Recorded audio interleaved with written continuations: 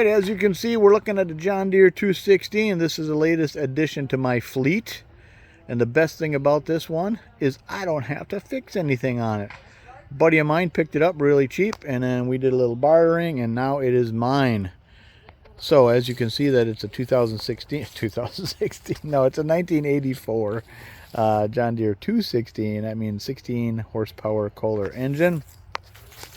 The tires are in great shape. They all appear to be holding air.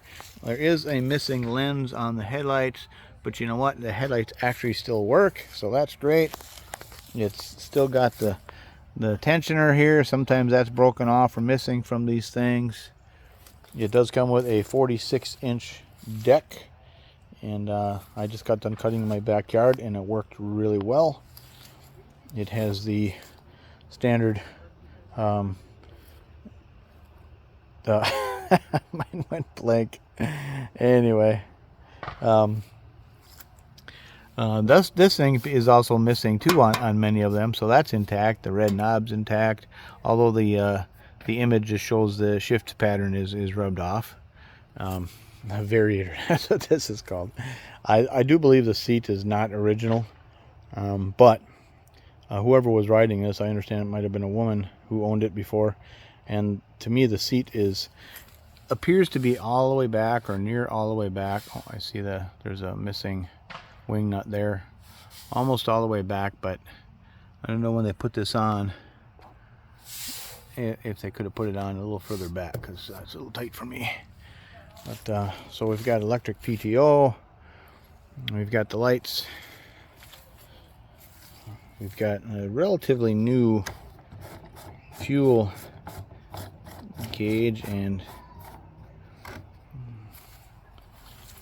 reflectors in the back are intact. All in all, I could not be more pleased. Well, I take that back. I would be more pleased if this had hydraulic lift on it.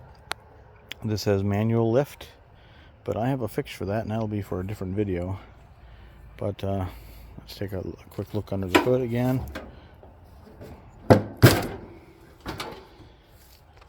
So there is the Kohler 16 horsepower engine. Looking at the K341 AQS 16 horsepower.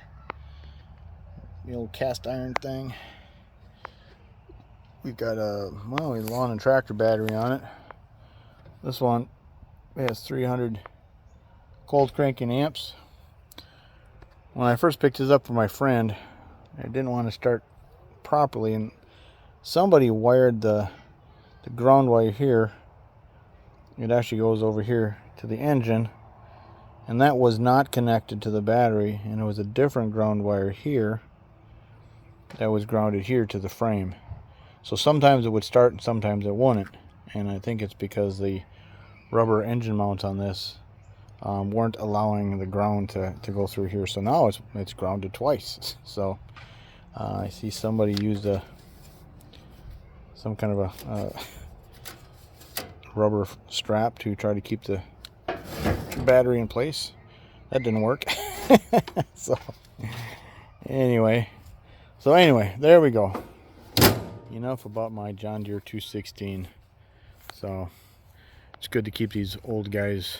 I'm talking about the lawn tractor, garden tractor, not me.